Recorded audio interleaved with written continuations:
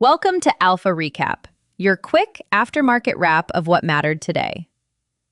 Markets were closed for the long weekend after a wild session, and we've got a lot to unpack. As always, if you have questions, you can reach us at stockalpha.ai.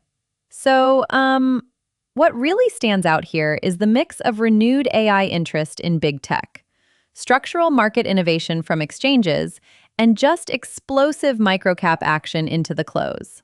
Let's dive in.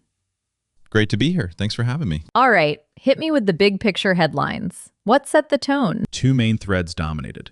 First, AI headlines re-energized some of the big tech names. That gave a lift to software, cloud, and infrastructure exposure. Microsoft finished the day up after a fresh run of analyst notes and press coverage repriced the story into the weekend. Second, a structural story was playing out. Exchanges rolled out new retail-friendly derivatives, and we saw that show up in short-duration flow and volatile microcap moves. Got it. And there were some tougher spots in tech too, right? Oracle had a rough week. Yeah, Oracle finished a bruising week. The conversation there centered on heavier AI spending that's hurting free cash flow, and the company carries about $130 billion of debt. So analysts were rethinking valuation through a cash flow lens. That's the counterweight to the AI excitement. Spending can drive growth, but it can also compress margins and tighten balance sheet flexibility. Makes sense. So the same AI theme was helping some names and hurting others, depending on balance sheets and margins. Exactly. Dispersion inside tech widened. Growth expectations lifted some software and infrastructure names, while companies with heavy capital commitments or stretched free cash flow saw pressure. And on the exchange side, Cboe did something new that mattered for retail flows. Yes, Cboe launched a retail-friendly suite of short-duration binary options tied to a popular index. The point is, it lowers the friction for retail traders to place event bets, small, fast, expiration-driven trades that can cascade into heavy order flow. That can expand fee revenue for the exchange, and more importantly for markets, it can turbocharge short-duration retail activity that often hits microcaps first. Switching gears a bit, Uber made headlines about robotaxis. Tell me what you saw there. MarketWatch reported Uber quietly committed roughly $500 million to secure robotaxi availability. That underscores a bigger point about autonomy. The race is often about capital commitments and partnership control, not just who builds the car. Platform owners and fleet financiers can capture outsized value without manufacturing vehicles themselves. It's a reminder that strategic winners might be financial or logistical players. Right. Okay, now the part everyone noticed. Microcaps absolutely exploded into the weekend. Give us the scene. It was extreme. Dozens of tiny names printed triple-digit percentage moves both ways, often on outsized volume, right into the close. On the upside, we saw nearly 300% moves and other huge prints. For example, one name ran nearly 300% on about 212 million shares.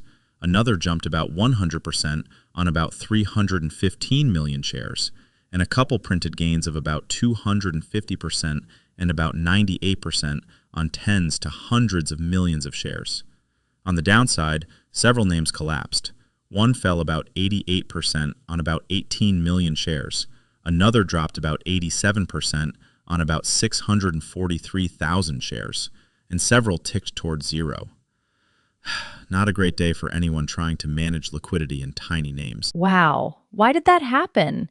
Pure retail momentum or something else? A mix.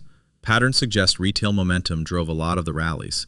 Big percent moves at sub-dollar prices with relatively small absolute volume is a retail signature. But some big share prints on collapses point to forced liquidations or block selling. The timing, heavy volume right before a holiday weekend, amplified risk. That raises the chance of illiquid opens, large gaps when markets reopened, and exchange halts or late filings surfacing over the break. So, what should traders or risk managers have been watching after that? Liquidity and filings. Spreads widen and slippage rises in microcaps, so execution risk spikes. Margin and stop frameworks can snap if you get a one-session shock. And because many of these names printed moves without an obvious catalyst, SEC filings, 8Ks, and exchange notices were the most likely clarifiers early Monday. In short, confirm your exposures, expect headline-driven whipsaw, and watch for post-close disclosures. Quick reactions. Wow. Hold on. Say that again? Companies that collapse toward zero often trigger delisting or restructuring language in filings. Those are the things that can erase overnight value. For winners, look for press releases or 8Ks to confirm whether the move reflected real news or purely technical momentum. All right. There was also a leveraged ETF headline today.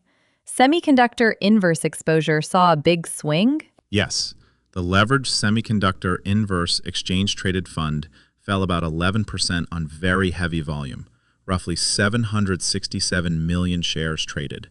When leveraged or inverse ETFs move that hard, portfolio margin and volatility expectations can change quickly. That's a risk management headline for traders holding thematic or leveraged bets. Makes sense. Pulling the threads together, what do the flows and filings suggest about the bigger picture? 3 connected ideas. First, new retail-friendly derivatives plus low-friction trading apps increase short-duration flow, and that often shows up in microcaps and options. Second, the AI narrative is reallocating some macro and sector flows back into large tech, but capital intensity stories like Oracle's create intra-sector dispersion. So some names re-rate upward on growth, others reprice lower on cash flow risk.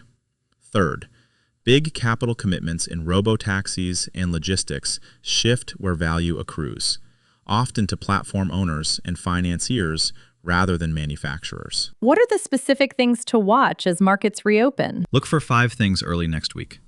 Open gaps in pre-market action in names that ran or collapsed into the weekend, SEC filings and exchange notices for the largest movers, analyst notes or guidance from Microsoft and any Oracle disclosures on AI spending and cash flow, adoption signals for the exchange's new binary product, like whether major brokers list it, and continued large flows in leveraged or sector ETFs that could presage rotation. Give me your quick, clean takeaways. Sum it up. Sure. First, markets closed with concentrated, high-velocity flows.